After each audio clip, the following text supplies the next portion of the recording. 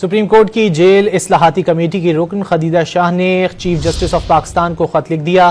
انہوں نے لکھا کہ جیل اصلاحات کی ذیلی کمیٹی نے گزشتہ روز اڈیالہ جیل کا دورہ کیا، جہاں درخواست کے باوجود بانی پی ٹی آئی تک رسائی نہیں دی گئی۔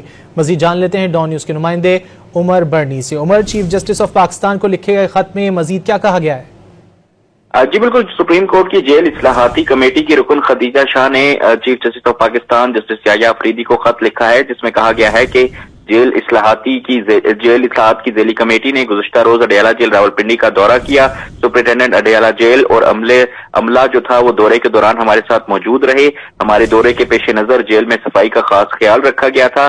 خط میں یہ بھی کہا گیا ہے کہ بانی پی ٹی آئی کی بیرک میں جو ہے وہ جانے کی اجازت نہیں دی گئی اور ڈی آئی جی جیل خانہ جات سے بھی درخواست کی گئی، تاہم پھر بھی ان کو جو ہے بانی پی ٹی آئی سے ملنے کی اجازت نہیں دی گئی اور جیل میں جو ہے بہت سے دیگر سیاسی قیدی بھی رکھے گئے تھے۔